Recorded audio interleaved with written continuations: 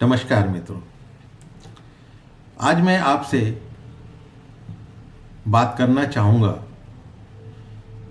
विवाह को लेकर, विवाह की परंपराओं को लेकर, वो भी हिंदू धर्म में। कभी आपने सोचा है कि हिंदुओं में रात में विवाह क्यों होने लगे और क्या ये उचित है? क्या हमारे शास्त्रों में रात में लिखा हुआ था? रात को देर तक जागना और सुबह को देर तक सोने को राक्षसी प्रवृत्ति कहा जाता है। रात में सोने वाले को निशाचर कहते हैं। घर में बड़े बुजुर्गों से बातचीत में आपने सुना ही होगा। केवल तंत्र सिद्धि करने वालों को ही रात्रि में हवन यज्ञ की अनुमति है। और हमारे सनातन धर्म में प्राचीन समय में हिंदू दिन के प्रकाश में ही सारे शुभ कार्य करते थे।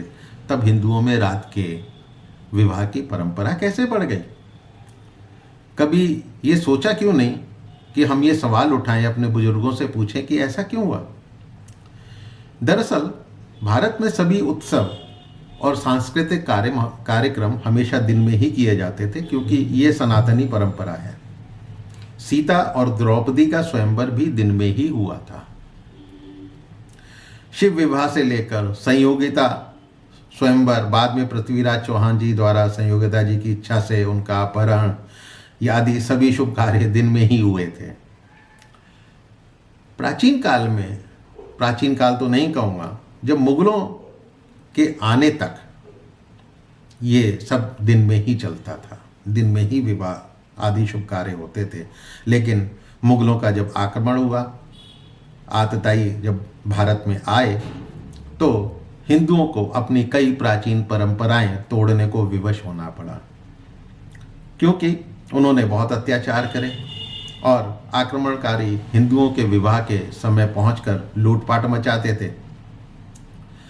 मुगल सैनिक हिंदू लड़कियों को जबरदस्ती उठाकर ले जाते थे और उन्हें अपने आकाओं को सौंप देते थे। तो इस वजह से ये हिंदू छिपकर विवाह करने लगे। भारतीय इतिहास में यदि कहा जाए तो सबसे पहली बार रात में विवाह ये कहानी है। ये विवाह सुंदरी और मुंदरी नाम की दो ब्राह्मण बहनों का हुआ था, जिनका विवाह दुल्ला भट्टी ने अपने संरक्षण में ब्राह्मण युवकों से कराया था। पंजाब में अधिकतर लोड़ी गाते हुए सुना होगा, सुंदरी मुंदरी होए, तेरा कौन बेचारा होए, दुल्ली भट्टी वाला हो। तो वास्तव में ये प्रथा वहीं से आई है। ये पूरा का पूरा गीत जो है मुझको नहीं मिल पाया है अभी तक, लेकिन इसके मतलब क्या है उसमें खोजने की कोशिश करूँगा, कभी मिला। तो कहने का मतलब ये पहला विवाह था जो रात्रि में हुआ था। दुल्ला भट्टी ने ऐसे ही अनेक लड़कियों को मुगलों से छुड़ाकर हिंदू लड़कों से विवाह करवाया और चुपचाप करवा दिया जाता था। उसके बाद मुसलमान आक्रमणकारियों से, आतंक से बचने के लिए हिंदू रात के अंधेरे में विवाह करने पर मजबूर होने लगे। लेकिन रात्रि में विवाह करते समय भी ये ध्यान रखा जाता था कि नाचना गाना, दावत, जयमाला आदि भले ही रात्रि में हो जाए, लेकिन वैदिक मंत्रों के साथ फेरे प्रातः पौ फटने के बाद ही हो। और ये जैसे कहा जाता है ब्रह्म मुहूर्त। पंजाब से परंपरा शुरू हुई थी, लेकिन पंजाब के गांव में दिन में विवाह फिर होने लगे। सरदारों में तो अधिकतर दिन में ही विवाह होते हैं। फिल्लौर से लेकर काबुल तक महाराजा रंजीत सिंह का राज हो जाने के बाद उनके सेनापति हरि सिंह नलवा ने सनातन वैदिक परंपरा अनुसार दिन में खुले आम विवाह करने और उनको सुरक्षा देने की घोषणा करी थी। जी हाँ, ये इतिहास कहता है। हरि सिंह नलवा के संरक्षण में हिंदुओं ने दिन दहाड़े बैंड बाजा के साथ विवाह शुरू कर दिए। तभी से पंजाब में दिन में विवाह का प्रचलन शुरू हुआ। महाराष्ट्र, तमिलनाडु, आंध्र कर्नाटका, केरल, असम, मणिपुर, नागालैंड, त्रिपुरा एवं अन्य राज्य भी धीरे धीरे अपनी जड़ों की ओर लौटने लगे हैं। नॉर्थ ईस्ट में तो काफ़ी दिनों से दिन में ही विवाह होते हैं और साउथ में भी दिन में विवाह होते हैं, किसी मंदिर में फेरे ब्रह्म मुहूर्त में ही पड़ा करते हैं।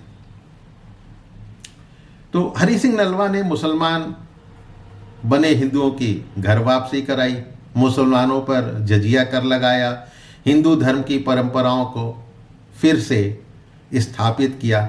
इसलिए उनको पुष्यमित्र शुंग का अवतार भी कहा जाता है। अब ब्रह्म मुहूर्त में विवाह क्यों? क्योंकि ध्रुव तारा उसको स्थिरता के रूप में, प्रतीक चिन्ह के रूप में प्रस्तुत किया जाता है, जो ब्रह्म मुहूर्त में ही सबसे अच्छा दृष्टिगोचर होता है। लेकिन साक्षी सूर्य के प्रतीक स्वरूप अग्नि को ही माना जाता है, इसलिए अग्नि के ही चारों ओर फेरे लिए जाने की विधि है। आर्य समाज के संस्थापक स्वामी दयानंद सरस्वती ने भी अपनी पुस्तक सत्यार्थ प्रकाश में रात्रि विवाह का पूर्ण खंडन किया है। और पंडित श्री राम आचार्य, जो कि गायत्री परिवार के हैं, उन्होंने भी यही कहा कि विवाह दिन में ही संपन्न किए जाते हैं। देखिए कि आज भी हम भारत के लोग, खासकर उत्तर प्रदेश, मध्य प्रदेश, बिहार, 400 साल हो गए मुगलों को गए हुए, लेकिन उसे हम जैसे अपनी परंपरा मानकर अभी तक निभाते चले आ रहे हैं। असल में गुलामी की मानसिकता से उबरना ही नहीं चाहते हैं। अरे झांक कर तो देखिए कि सनातनी विवाह कैसे, कब और क्यों होता है। तो दोस्तों, आज के लिए इतना ही। फिर किसी नई चर्चा के साथ आपके साथ जुड़ूंगा। तब तक के लिए नमस्कार।